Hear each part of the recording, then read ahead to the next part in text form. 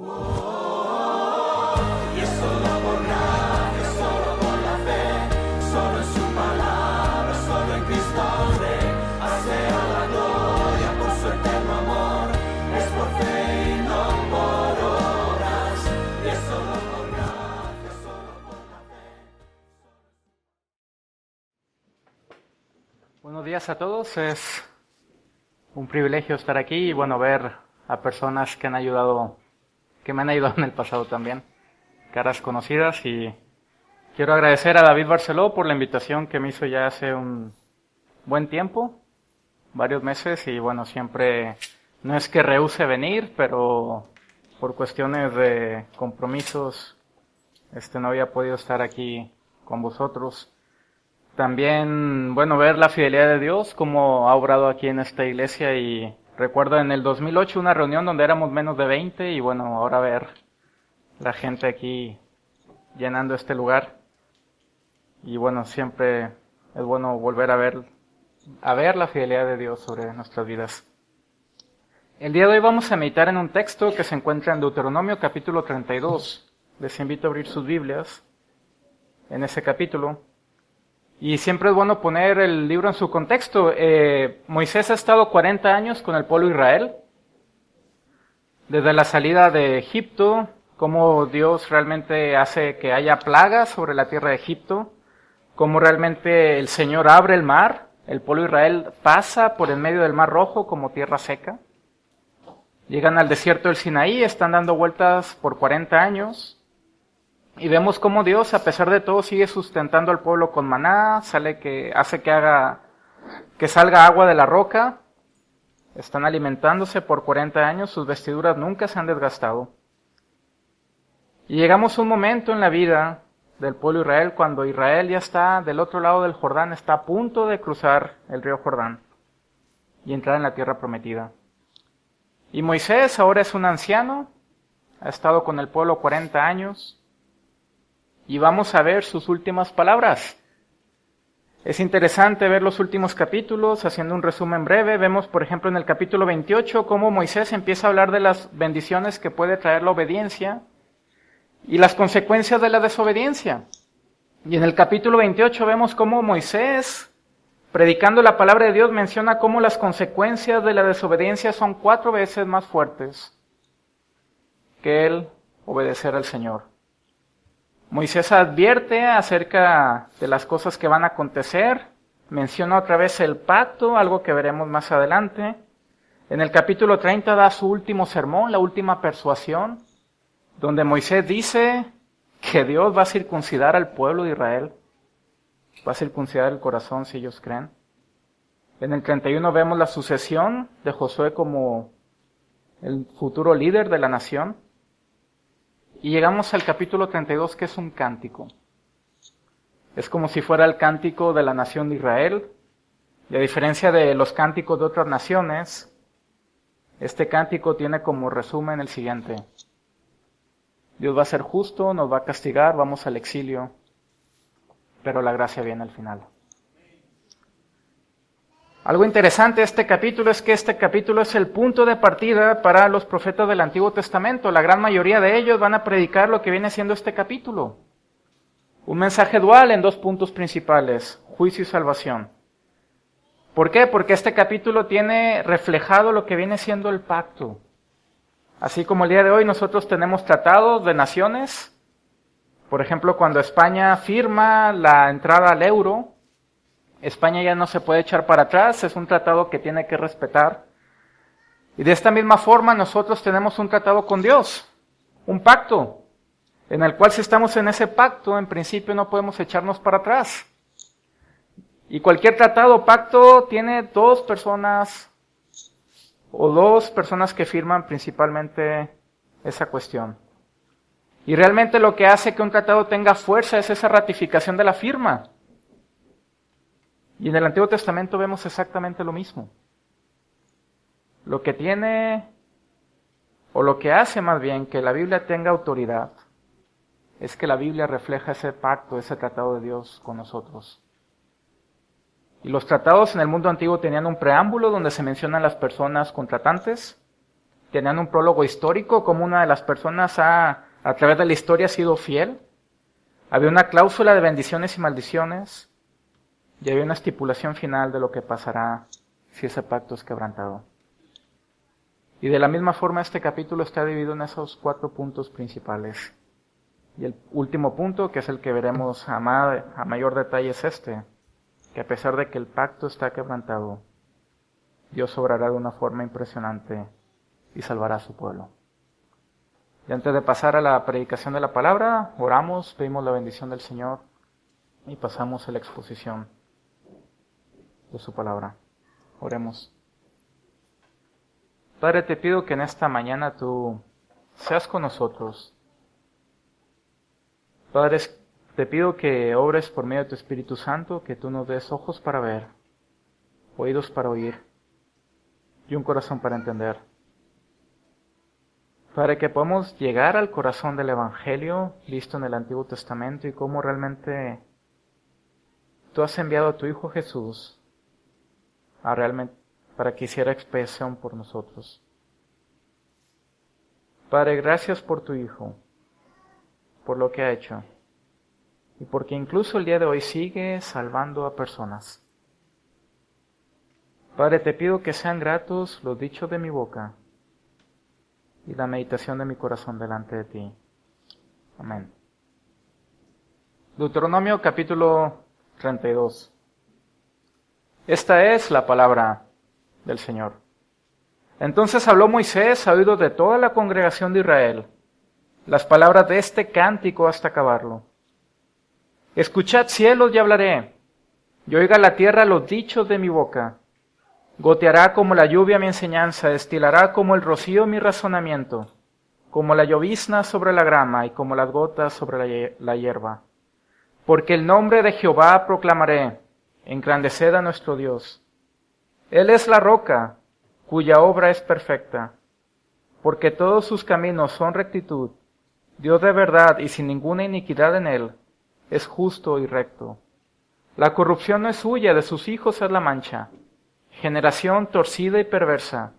¿Así pagáis a Jehová, pueblo loco e ignorante? ¿No es él tu padre que te creó? Él te hizo y te estableció. Acuérdate de los tiempos antiguos. Considera los años de muchas generaciones. Pregunta a tu padre y él te declarará, a tus ancianos y ellos te dirán. Cuando el Altísimo hizo heredar a las naciones, cuando hizo dividir a los hijos de los hombres, estableció los límites de los pueblos según el número de los hijos de Israel. Porque la porción de Jehová es su pueblo, Jacob la heredad que le tocó. Le halló en tierra de desierto y en yermo de horrible soledad. Lo trajo alrededor, lo instruyó, lo guardó como la niña de su ojo. Como el águila que excita su nidada, revolotea sobre sus pollos, extiende sus alas, los toma, los lleva sobre sus plumas. Jehová solo le guió, y con él no hubo Dios extraño. Lo hizo subir sobre las alturas de la tierra y comió los frutos del campo, e hizo que chupase miel de la peña y aceite del duro pedernal. Mantequilla de vacas y leche de ovejas, con grosura de corderos y corneros de Basán. También machos cabrillos con lo mejor del trigo, y de la sangre de la uva bebiste vino. Pero engordó Jesurún y tiró coces. Engordaste, te cubriste de grasa. Entonces abandonó al Dios que lo hizo, y menospreció la roca de su salvación. Le despertaron a celos con los dioses ajenos, lo provocaron a ira con abominaciones. Sacrificaron a los demonios y no a Dios, a dioses que no habían conocido, a dioses nuevos venidos de cerca, que no habían temido vuestros padres. De la roca que te creó te olvidaste, te has olvidado de Dios tu Creador. Y lo vio Jehová y se encendió en ira, por el menosprecio de sus hijos y de sus hijas. Y dijo, esconderé de ellos mi rostro, veré cuál será su fin, porque son una generación perversa, hijos infieles. Ellos me movieron a celos con lo que no es Dios, me provocaron a ira con sus ídolos. Yo también los moveré a celos con un pueblo que no es pueblo. Los provocaré a ira con una nación insensata. Porque fuego se ha encendido en mi ira, y arderá hasta las profundidades del Seol. Devorará la tierra y sus frutos, y abrazará los fundamentos de los montes. Yo amontonaré males sobre ellos, emplearé con ellos mis saetas. Consumidos serán de hambre y devorados de fiebre ardiente y de peste amarga. Diente de fieras enviaré también sobre ellos, con veneno de serpientes de la tierra. Por fuera desolará la espada y dentro de las cámaras el espanto. Así el joven como la doncella, al niño de pecho como el hombre cano. Yo había dicho que los esparciría lejos, quería cesar de entre los hombres la memoria de ellos, de no haber temido la provocación del enemigo. No sea que se envanezcan sus adversarios, no sea que digan, nuestra mano poderosa ha hecho todo esto, y no Jehová. Porque son nación privada de consejos, y no hay en ellos entendimiento. Ojalá fueran sabios que comprendieran esto, y se dieran cuenta del fin que les espera. ¿Cómo podría perseguir 1 a 1000, y 2 hacer huir a 10,000, si su roca no los hubiese vendido, y Jehová no los hubiera entregado? Porque la roca de ellos no es como nuestra roca, y aún nuestros enemigos son de ellos jueces. Porque de la vid de Sodoma es la vid de ellos, y de los campos de Gomorra la uva de ellos son uvas ponzoñosas, racimos muy amargos tienen. Veneno de serpientes es su vino, y ponzoña cruel de áspides. ¿No tengo yo esto guardado conmigo, sellado en mis tesoros? Mía es la venganza y la retribución, a su tiempo su pie resbalará. Porque el día de su aflicción está cercano, y lo que les está preparado se apresura. Porque Jehová juzgará a su pueblo, y por amor de sus siervos se arrepentirá, cuando viere que la fuerza pereció, y que no queda ni siervo ni libre. Y dirá, ¿dónde están sus dioses, la roca en que se refugiaban? Que comían la grosura de sus sacrificios y bebían del vino de sus libaciones. Levántense, que os ayuden y os defiendan. Ved ahora que yo soy, y no hay dioses conmigo. Yo hago morir, y yo hago vivir. Yo hiero, y yo sano, y no hay quien pueda librar de mi mano. Porque yo alzaré a los cielos mi mano y diré, vivo yo para siempre. Si afilare mi reluciente espada y echaré mano del juicio, yo tomaré venganza de mis enemigos y daré la retribución a los que me aborrecen. Embriagaré de sangre mis saetas y mi espada devorará carne, en la sangre de los muertos y de los cautivos, en las cabezas de larga cabellera del enemigo. Alabad, naciones, a su pueblo, porque él vengará la sangre de sus siervos y tomará venganza de sus enemigos y hará expiación por la tierra y por su pueblo. Amén. Aquí termina la lectura de la palabra del Señor. Como verán, aquí Moisés emplea quizá uno de los lenguajes más fuertes que puede haber. Si pueden volver a ver el texto, verán que habla de espada, de sangre, de muerte. Y vemos que lo que le espera al pueblo de Israel es algo terrible. Sin embargo, el discurso empieza a cambiar en la siguiente parte del texto a partir del verso 34. Este sermón lo he dividido en 4 puntos principales, no es el sermón típico de 3, es un texto largo, por lo tanto tiene que tener más puntos. El primero es un preámbulo, que veremos una introducción, que son los versos del 1 al 6, donde Dios va a reflejar lo que Él ha hecho por su pueblo. Veremos un prólogo histórico, una narrativa de lo que pasó en el evento del Éxodo. El punto 3, veremos las bendiciones y maldiciones, lo que le espera al pueblo de Israel, que son los versos 15 al 34, que es el texto más fuerte que vemos en el capítulo. Y el último punto, veremos cómo la gracia viene al final, lo que Dios hará por su pueblo y por su tierra. Hay una cuestión interesante en la cual reflexionaremos, que son los versos 35 al 43. Primer punto, la introducción, versos 1 al 6. Vemos cómo Dios aquí empieza a hablar a través del cántico de Moisés, llamando a testigos. Volvemos a la idea del pacto, cómo realmente el pacto tiene que tener testigos, y los testigos son, curiosamente, versos 1 y 2, los siguientes. Escuchad cielos y hablaré, y oiga la tierra los dichos de mi boca. Dios llama por testigos al cielo y a la tierra. Otra vez Moisés nos lleva al lenguaje del Génesis. Estamos volviendo a la creación. Moisés llama a la creación como testigo de lo que va a hacer el Señor en este cántico. cielos y tierra, la creación como testimonio del poder de Dios. Y no solamente queda aquí, sino vemos en el verso 2, goteará como la lluvia mi enseñanza, destilará como el rocío mi razonamiento, como la llovizna sobre la grama, y como las gotas sobre la hierba. La idea aquí es de que la audiencia esté saturada con la enseñanza de Dios, los cielos y la tierra. Así como la lluvia cae desde el cielo, así el crecimiento tiene que caer sobre el pueblo de Dios. Esto es que hay un crecimiento en santidad. Llama por testigos al cielo y la tierra. La idea es de que esta enseñanza realmente haga prosperar, haga brotar. Y empezamos como, después de los testigos, vemos el punto al cual llega el cántico. Porque el nombre de Jehová proclamaré, engrandeced a nuestro Dios. Él es la roca cuya obra es perfecta, porque todos sus caminos son rectitud, Dios de verdad y sin ninguna iniquidad en él, es justo y recto. Un punto principal en este capítulo es la idea de la roca. En este capítulo aparece esta frase al menos 6 veces. Una y otra vez se menciona quién es la roca, que es Jehová, en comparativa con la roca, que son los demás dioses. Incluso Moisés hace una comparativa entre la roca, que es Jehová, y los demás dioses, y ver lo que hacen ambos. Y aquí volvemos otra vez a la idea del Éxodo. En algún momento el pueblo de Israel está en el desierto y tiene sed. Éxodo capítulo 17. Y Dios le llama a Moisés y le dice, toma tú la vara con la cual abriste el mar, y ve y golpea la peña.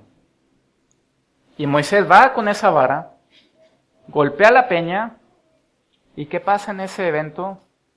De la peña fluye agua de la roca. Roca de salvación. Una idea principal. La roca es una roca de salvación. ¿Por qué? Porque proveyó agua para los israelitas. Y en otro evento, vemos cómo Moisés, en el Éxodo capítulo 33, pide a Dios ver su gloria. Y Dios le concede parcialmente esa petición a Moisés. Y lo lleva a una peña, a una roca. Y Dios pasa su gloria delante de Moisés, lo cubre en esa peña. Y vemos cómo esa roca es una roca de refugio, roca de protección. Y si vamos al lenguaje de David en los Salmos, vemos cómo una y otra vez David se refiere a Dios como su roca de salvación, como su refugio, ¿sí?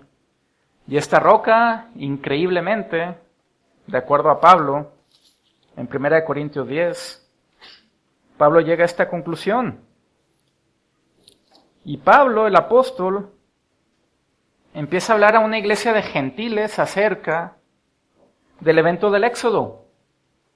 Y Pablo menciona lo siguiente: porque no quiero, hermanos, que ignoréis que nuestros padres todos estuvieron bajo la nube y todos pasaron el mar. Y todos en Moisés fueron bautizados en la nube y en el mar. Y todos comieron el mismo alimento espiritual. Y en el verso 4 de ese capítulo, y todos bebieron la misma bebida espiritual, porque bebían de la roca espiritual que los seguía. Y la roca era Cristo. Vemos cómo Cristo estaba en el Antiguo Testamento. Cristo era esa roca de salvación, era esa roca de refugio, y es esa persona que realmente ha llevado al pueblo por los 40 años en el desierto. Verso 3, porque el nombre de Jehová proclamaré, engrandeced a nuestro Dios. Esto es un punto fundamental en la introducción de este capítulo. ¿Por qué? Porque la primera vez que Dios mismo proclama su nombre, no se lo revela como ya se lo reveló a Moisés, que su nombre es Jehová, sino la primera vez que Dios proclama su nombre es en el evento del Éxodo, capítulo 33 y 34. Moisés pide a Dios ver su gloria, y Dios lo lleva a la peña. Y cuando pasa su gloria delante de Moisés, ¿qué es lo que dice Dios sobre sí mismo? Jehová, Jehová, fuerte, misericordioso y piadoso, tardo para la ira, y grande en misericordia y verdad. Que hace misericordia a millares. Y este es el punto principal. A pesar de que Dios va a juzgar a su pueblo, primero quiere mencionar quién es Él. Él es esa roca. Y no solamente eso, sino que es un Dios misericordioso y piadoso, que va a ser tardo para la ira y grande en misericordia y verdad. Tenemos aquí a la persona de Jesús, reflejada en su carácter, que es esa roca, que es nuestra salvación y nuestro refugio. Versos 5 y 6, la corrupción no es suya, de sus hijos es la mancha, generación torcida y perversa. Así pagáis a Jehová, pueblo loco o ignorante. ¿No es Él tu Padre que te creó? Él te hizo y te estableció. Fíjense la introducción. La roca, cuya obra es perfecta, cuyos mandamientos son fieles, ¿sí?, que no tiene corrupción.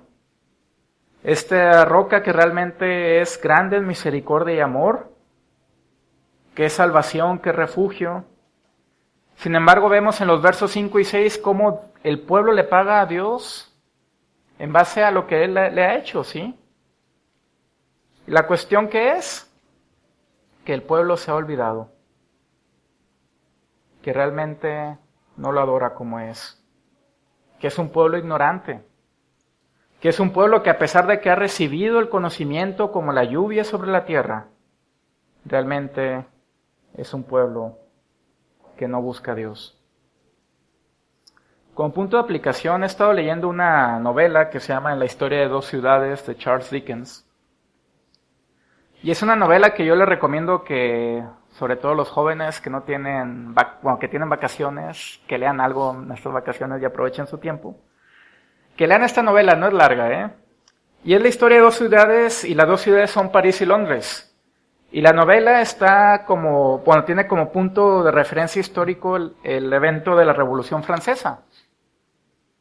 Y es una ironía cómo la Revolución Francesa, con sus ideas de igualdad, fraternidad y libertad, realmente no trajo ni igualdad, ni libertad, ni fraternidad, y trajo la guillotina, y trajo un derramamiento de sangre impresionante. Y como esta idea humanística de que el hombre se va a liberar a sí mismo y va a traer una época gloriosa por medio de la República, realmente no se lleva a cabo. Y como Londres, que es una monarquía con una iglesia establecida, realmente refleja más igualdad, libertad y fraternidad que París. Y el libro empieza de esta forma. Y vemos reflejado cómo el pueblo de Israel, que tenía todo, no poseía nada, y cómo a pesar de tener conocimiento, realmente no lo tenía. Y vemos cómo Charles Dickens comienza su novela de esta forma, ¿sí? Era el mejor de los tiempos, era el peor de los tiempos, la edad de la sabiduría y también de la locura, la época de las creencias y de la incredulidad, la era de la luz y de las tinieblas, la primavera de la esperanza y el invierno de la desesperación. Todo lo poseíamos, pero no teníamos nada. Caminábamos en derechura al cielo y nos extraviábamos por el camino opuesto. En una palabra, aquella época era tan parecida a la actual. Como si fuera profeta Charles Dickens, ¿sí? La primavera árabe que no trajo nada, ¿sí? Todo lo poseíamos, pero no teníamos nada. Y el mejor de los tiempos y el peor de los tiempos. El pueblo de Israel, que ha estado 40 años siendo bendecido, no posee absolutamente nada. Sin embargo, Dios sigue reflejando su fidelidad. Punto 2, versos 7 al 14, ¿sí? Y empieza el discurso de esta forma. Acuérdate de los tiempos antiguos, considera los años de muchas generaciones. Pregunta a tu padre y él te declarará, a tus ancianos y ellos te dirán. Cuando el Altísimo hizo heredar a las naciones, cuando hizo dividir a los hijos de los hombres. Y vuelve al tema de la creación. Una y otra vez vemos en la ley de Moisés cómo el pueblo de Israel siempre tiene que volver a sus padres a preguntarles acerca de la fidelidad de Dios hacia el pueblo. Una de las ordenanzas en la Pascua es que el niño más pequeño tiene que hacer 4 preguntas principales. ¿Qué fue lo que pasó en aquella noche? ¿Sí? Y el día de hoy pueden ustedes ver a YouTube, o si tienen familiares judíos, pueden ver cómo el niño empieza como una canción y empieza a preguntar qué es lo que pasó en aquella noche, ¿no? Y una y otra vez es volver al pasado. Volver al pasado para ver lo que Dios ha hecho. Fíjense el gran contraste aquí, ¿sí? Como la Revolución Francesa o como el humanismo trata de mirar hacia el futuro y cómo la Biblia nos lleva a mirar hacia el pasado. El profeta Jeremías llega a la siguiente conclusión. Así dijo Jehová: paraos en los caminos y mirad, y preguntad por las sendas antiguas cuál sea el buen camino, y andad por él, y hallaréis descanso para vuestra alma. ¿Cómo podemos hallar descanso viendo lo que Dios ha hecho en el pasado por nosotros? ¿Qué tiene que recordar este pueblo? Verso 10 y 11. Le halló en tierra de desierto y en yermo de horrible soledad, lo trajo alrededor, lo instruyó, lo guardó como a la niña de su ojo. Como el águila que excita su nidada, revolotea sobre sus pollos, extiende sus alas, los toma, los lleva sobre sus plumas. Jehová solo le guió y con él no hubo Dios extraño. Vemos cómo el pueblo de Israel es tan importante que es como la niña del ojo de Dios. Y que incluso el Señor realmente los cuida como un águila cuida a sus polluelos. Esta es una idea que aparece otra vez en el libro de Éxodo. Cómo el Señor rescata al pueblo sobre alas de águila, Éxodo 19. O en el Salmo 91, ¿sí? Sobre sus plumas te cubrirá y debajo de sus alas estarás seguro. Es realmente lo que tiene que recordar el pueblo de Dios. Lo que ha hecho por ellos. Lo que hizo por ellos en el desierto, verso 13, lo hizo subir sobre las alturas de la tierra, y comió los frutos del campo, hizo que chupase miel de la peña y aceite del duro pedernal. 40 años que el pueblo de Israel ha sido alimentado y cuidado por Dios. Cuando era niño había un programa de televisión en México que yo siempre lo veía en las tardes después de comer. Y se llama Viajeros en el Tiempo, en inglés es Quantum Leap. No sé si ese lo pasaban aquí en España. Y realmente es un programa que tenía 2 personajes principales. Uno era Sam, que viajaba en el tiempo, y el otro era un holograma, que era Al, que traía una maquinita siempre, ¿sí? Y la idea es que Sam tenía que viajar en el tiempo para cambiar las cosas que en el pasado sucedieron mal, para que el presente sea mejor. Una ironía, ¿no? Qué guay o qué increíble sería viajar en el tiempo para cambiar eso, ¿no? Entonces era la idea principal del programa, que siempre viajaba al pasado para cambiar las cosas del presente, ¿sí? Sin embargo, vemos cómo la Biblia nos da un mensaje completamente opuesto. La idea es volver al pasado para ver las bendiciones de Dios. Volver al pasado para volver a ver la cruz de Cristo. Esa cruz donde murió Jesús hace más de 2000 años. Y el volver al pasado trae implicaciones para nuestra vida espiritual en el presente. Realmente vemos que el volver al pasado trae bendición. Y es algo increíble. ¿Por qué? Porque el volver al pasado es lo que va a hacer el Señor con nosotros en el futuro. Adán y Eva estaban en el jardín del Edén, en el paraíso, y nosotros estaremos en ese mismo lugar cuando Cristo venga en gloria. Recordemos el pasado, ¿sí? Tercer punto del sermón son las bendiciones y maldiciones. Y como verán, aquí es cuando Moisés emplea el lenguaje quizá más duro que hay en este capítulo, ¿sí? Son los versos 15 al 34. No voy a leer todos, pero voy a reflexionar en algunos principales. Es importante que cuando vienen las bendiciones y maldiciones, Moisés empieza el discurso con una palabra importante que aparece en el verso 15. Pero engordó Jesurún y tiró coces, engordaste, te cubriste de grasa. Entonces abandonó al Dios que lo hizo y menospreció la roca de su salvación. Aquí vemos que realmente algo importante que hace Israel es que primero abandona y segundo menosprecia a la roca. Y vemos cómo aquí Moisés emplea los dos puntos que vemos una y otra vez en toda la ley, que es que ese mismo Dios que es creador, el Dios que lo hizo, es el mismo Dios que lo puede salvar, la roca de salvación. Y aquí se refiere Moisés a Israel con la palabra Jesurún.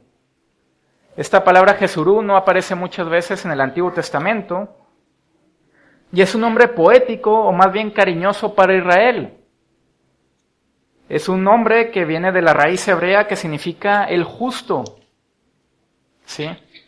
Y la idea es esta, de que si Dios es justo y ha salvado a su pueblo, ese pueblo tiene que ser justo también. Y vemos que es un nombre realmente poético y cariñoso. El profeta Isaías lo menciona en el capítulo 44, menciona esta palabra de esta forma. Así dice Jehová, hacedor tuyo y el que te formó desde el vientre, el cual te ayudará. No temas, siervo mío Jacob, y tú Jesurún, a quien yo escogí. Es un término cariñoso. Dios vuelve a ver a Israel como un personaje cariñoso para él, porque lo cuidó como a la niña de su ojo. Y vemos que a pesar de que Dios llama a su pueblo de una forma cariñosa, el pueblo lo sigue menospreciando. No solo lo menosprecia, sino vemos versos 16 y 17. Le despertaron a celos con los dioses ajenos, lo provocaron a ira con abominaciones. Sacrificaron a los demonios y no a dioses que no habían conocido, a dioses venidos de cerca que no habían temido vuestros padres. El pueblo de Israel se entrega completamente a la idolatría y empieza a adorar a Baales y a dioses venidos de cerca. Juan Calvino, el reformador de Ginebra, mencionaba que todos nosotros como seres humanos somos una fábrica de ídolos. Y él no se refiere al ídolo hecho de madera o de piedra, sino al ídolo que, por ejemplo, el día de hoy puede ser el fútbol. Como vemos, por ejemplo, que la idolatría moderna muchas veces se ve reflejada en los deportes. A los estadios se le llama el templo, a los árbitros los sacerdotes, ¿sí? Los jugadores tienen vestiduras especiales y vemos cómo a veces el estadio empieza a hacer ademanes o corear a personas dándoles un título que realmente no merecen. Y cómo esto realmente se ve reflejado en nuestras vidas el día de hoy. Nosotros muchas veces tratamos de llenar cosas en vez de buscar nuestro sentido, nuestra identidad en lo que realmente somos, que es ser hijos de Dios. Y volvemos al llamado de volver al pasado, a ver lo que realmente Dios hizo por nosotros. Vuelve el discurso, sí, verso 18, de la roca que te creó te olvidaste, te has olvidado de Dios tu creador. Otra vez vuelve la amonestación principal. Te has olvidado de quién te hizo. ¿Sí? Lo vio Jehová y se encendió en ira por el menosprecio de sus hijos y dijo, esconderé de ellos mi rostro, veré cuál será su fin. Porque son una generación perversa, hijos infieles. Es interesante otra vez ver una y otra vez cómo en la ley de Moisés vemos a un Dios que todo lo ve. Moisés en algún momento, en el libro de Números, comisiona a Aarón y le dice lo siguiente, de esta forma Aarón tú vas a tener que bendecir al pueblo de Israel. Y es un imperativo, es un mandato del cual Aarón no puede negociarlo. ¿Y la bendición cuál es? Jehová te bendiga y te guarde, Jehová haga resplandecer su rostro sobre ti. Un Dios que te ve, un Dios que cuando te ve, el rostro de Dios, no el rostro tuyo, sino el rostro de Dios resplandece. Así como un padre cuando ve a su hijo pequeño, el rostro del padre resplandece al ver a su hijo, ¿sí? Y una y otra vez vemos esto, que Dios realmente esté su mirada sobre nosotros, su mirada sobre el tabernáculo, que esté la nube de gloria cerca del pueblo. Y aquí que dice el Señor, voy a esconder de ellos mi rostro. Ya no los voy a proteger. Ellos no me ven como creador, pues bueno, adelante. Aquí está. Hagan lo que quieran. Y una y otra vez vemos cómo incluso el salmista David menciona de esto, ¿sí? Jehová, escucha mi oración y llegue a ti mi clamor, no escondas de mí tu rostro en el día de mi angustia. Inclina a mí tu oído y apresúrate a responderme. ¿Sí? Y vemos esto que es muy fuerte. El Señor esconderá su rostro. ¿Por qué? Porque es una nación insensata. Verso 21. Ellos me movieron a celos con lo que no es Dios. Me provocaron a ira con sus ídolos. Yo también los moveré a celos con un pueblo que no es pueblo. Los provocaré a ira con una nación insensata.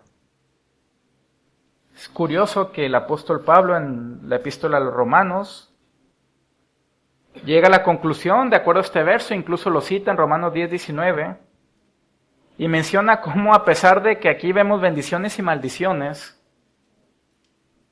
aquí vemos el evangelio de Dios para todo el mundo. El pueblo de Israel, a pesar de tener el conocimiento, ahora se está comportando como una nación insensata, y de forma irónica, el Señor ahora va a esconder su rostro, va a voltear su rostro hacia naciones insensatas y los va a llamar como su pueblo. Y es algo impresionante. El Evangelio de Dios incluso para los gentiles. Un pueblo que era insensato tendrá el conocimiento de Dios y verá a Dios como su roca. Sí. Después de esto vemos el lenguaje tan duro que es lo que acontecerá en el exilio. Voy a resumirlo en el verso 25, ¿sí? Por fuera desolará la espada y dentro de las cámaras el espanto, así el joven como la doncella, el niño de pecho como el hombre cano. El Señor los va a esparcir. Y si ustedes van a la narrativa, o vamos a la narrativa de segundo libro de Crónicas, capítulo 36, vemos cómo el rey Nabucodonosor, al cual envió el Señor, entra a Jerusalén y mata ¿a qué? Mata a jóvenes, doncellas, niños de pecho y hombres con canas. El Señor va a ser fiel a su palabra. Hay juicio y también hay salvación. Y este es el mensaje dual principal de los profetas. Y curiosamente es el mensaje dual principal de nosotros el día de hoy. Cuando compartimos el Evangelio tiene que tener también estos dos elementos. Si alguno está en Cristo, nueva criatura es, las cosas viejas pasaron, aquí todas son hechas nuevas, sí y amén. Pero si alguno no está en Cristo, el rostro de Dios va a estar escondido para ellos y vendrá un juicio terrible. Y tenemos que volver a nosotros a lo que dice el apóstol Pablo: hermanos amados, por las misericordias del Señor os ruego, reconcíliense con Dios. Es un pueblo privado de entendimiento, verso 28. Porque son nación privada de consejos y no hay en ellos entendimiento. Ojalá fueran sabios que comprendieran esto y se dieran cuenta del fin que les espera. Si nosotros no tenemos a Jesús como nuestra roca, tenemos que refugiarnos en algo o en alguien. Y ese algo o alguien va a actuar de la misma forma.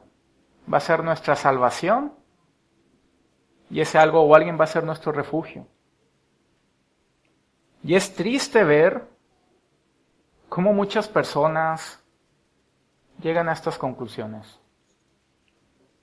Hace poco entrevisté a una persona para admisión a una institución y en su testimonio mencionaba esto.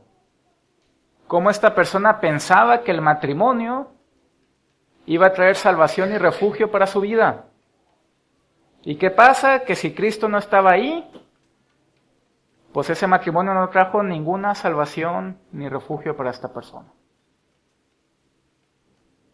Y esto es fuerte, ¿sí? ¿Cuál es nuestra roca? ¿Es Cristo o es el mundo? Porque el mundo pasa y sus deseos, pero el que hace la voluntad del Señor permanece para siempre. La aplicación es esta: nosotros tendemos a olvidar y muchas veces no somos agradecidos. Veamos realmente cuál es nuestra roca y vayamos a esa roca de salvación y refugio. Sin embargo, el mensaje no queda aquí. Y vemos lo que realmente Dios hará, que es los versos 35 al 43. Y vemos cómo a pesar de todo, la gracia viene al final, ¿sí? Verso 35, mía es la venganza y la retribución, a su tiempo su pie resbalará, porque el día de su aflicción está cercano y lo que les está preparado se apresura. Es impresionante el lenguaje que emplea Moisés. En el capítulo 30 menciona lo siguiente: sucederá que cuando hubieran venido sobre ti estas cosas, la bendición y la maldición que he puesto delante de ti, y te arrepintieres en medio de todas las naciones donde te hubiera arrojado Jehová tu Dios, y te convirtieres a Jehová tu Dios y obedecieres a su voz conforme a todo lo que yo te mando hoy, tú y tus hijos, con todo tu corazón y con toda tu alma, ¿qué hará el Señor? Verso 6. Circuncidará Jehová tu Dios tu corazón y el corazón de tu descendencia, para que ames a Jehová tu Dios con todo tu corazón y con toda tu alma, a fin de que vivas. Dios juzgará, pero hay momento para el arrepentimiento. Y vemos cómo realmente Dios puede salvar. Una cuestión importante del pueblo de Israel es de que el pueblo de Israel tiene la circuncisión, tiene el pacto, el quitar ese prepucio, esa carne inmunda.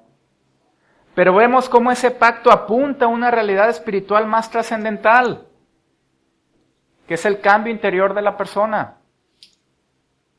Y en algún momento, Deuteronomio 6, Moisés le dice al pueblo: circuncidad el corazón de vuestro corazón. Quitad, circuncidad el prepucio de vuestro corazón. Lo dice Moisés. Sin embargo, vemos en Deuteronomio 30 cómo Dios, como un agente externo, es el que puede circuncidar. Y Pablo llega a la misma conclusión en Colosenses. Fuimos circuncidados con una circuncisión no hecha a manos, por Cristo. Y cómo realmente vemos que la gracia viene al final. Cristo es el que puede circuncidar. Verso 40, porque yo alzaré a los cielos mi mano y diré: vivo yo para siempre. Dios está haciendo aquí un pacto. Y esto es algo impresionante. ¿Por qué? Porque Dios ya había hecho un pacto con el pueblo. Sin embargo, en el verso 40 menciona lo siguiente: habrá un nuevo pacto. Y vemos aquí Dios, como pasa en muchos países, incluso aquí en España, cuando se hace el juramento de un cargo, se pone aquí en España las manos sobre los evangelios y se levanta, por ejemplo, la izquierda o el presidente de Estados Unidos. Y aquí vemos que Dios está alzando su mano al cielo y dice: vivo yo para siempre. Y hay algo más increíble que Dios va a hacer. Y esto es que Dios va a salvar. ¿Sí?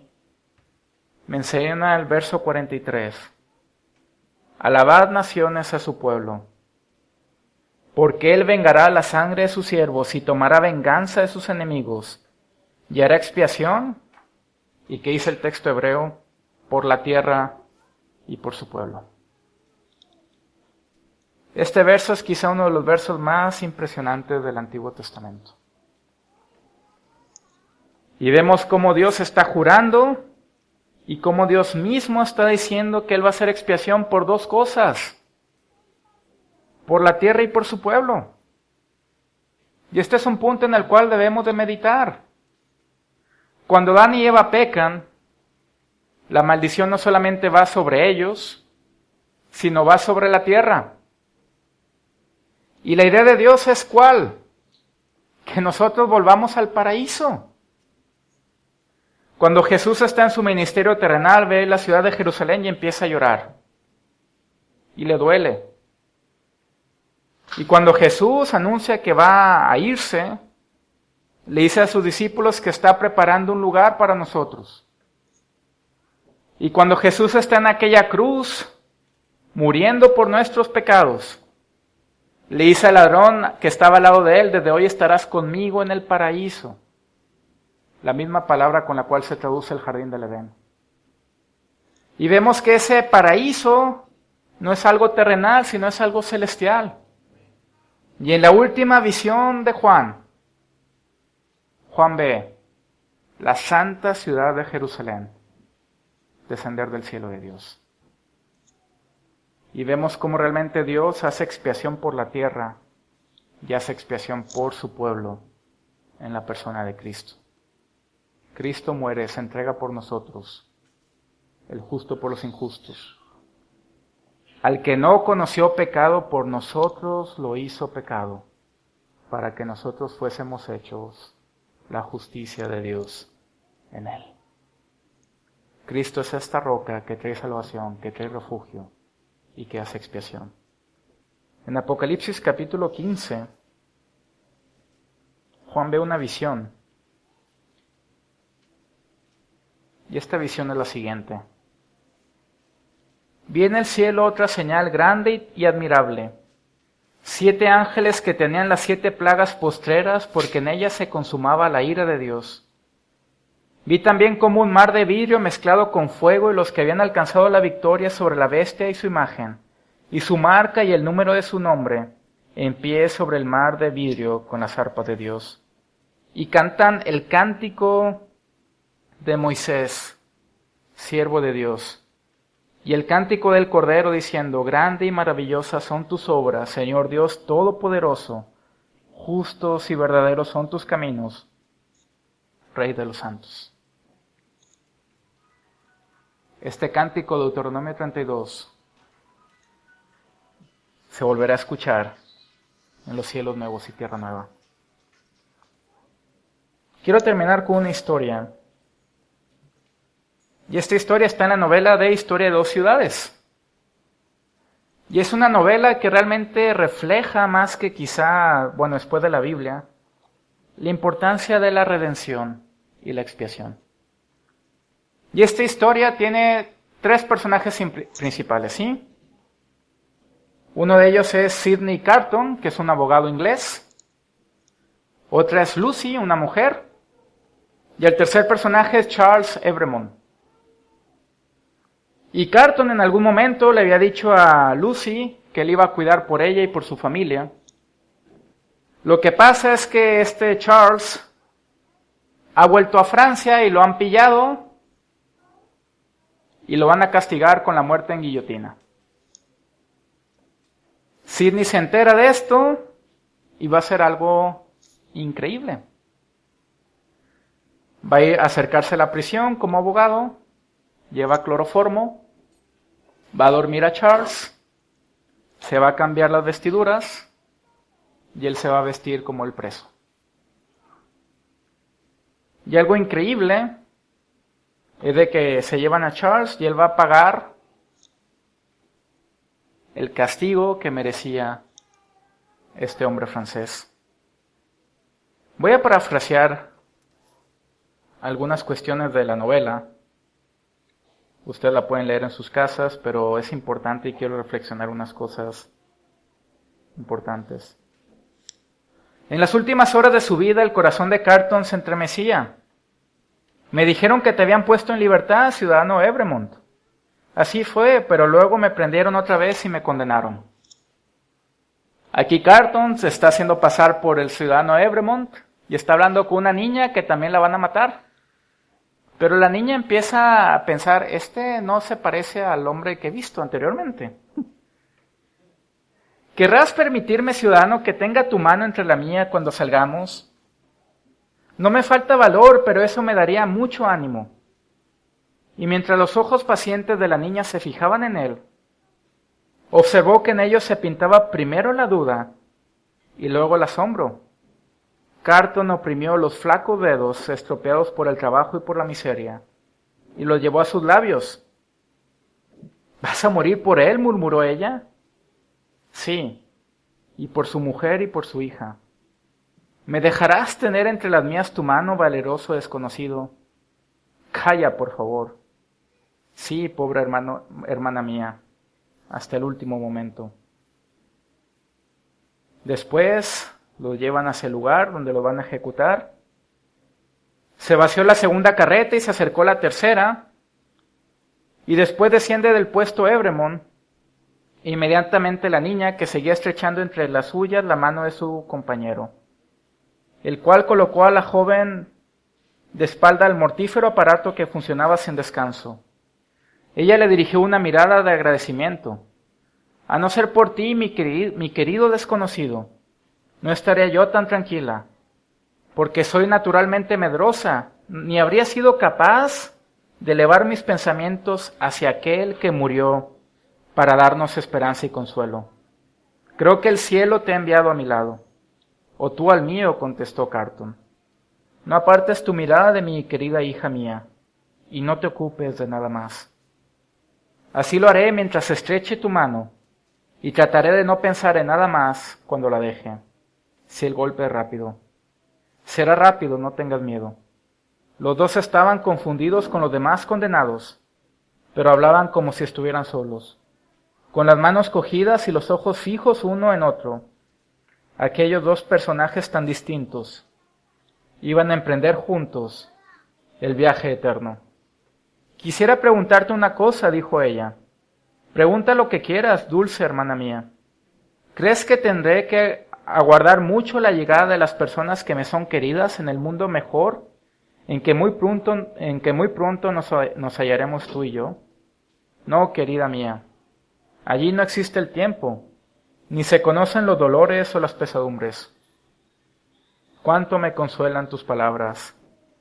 ¿Ha llegado el momento? Sí. Charles Dickens describe la escena, solamente se bendicen uno a otro, y la mano de ella no tiembla cuando ha de soltar la de su amigo. La niña es la primera en acercarse a la guillotina, y ya ha emprendido el viaje eterno. Yo soy la resurrección y la vida. Aquel que cree en mí, aunque haya muerto, vivirá. Y el que vive y cree en mí, no morirá jamás. Y narra lo que pasa por la mente de Carton antes de pasar por la misma situación. Esto que hago ahora es mejor, mucho mejor que cuanto hice en la vida. Y el descanso que voy a lograr es mucho más agradable que cuanto conocí anteriormente. Una bella ilustración de la expiación.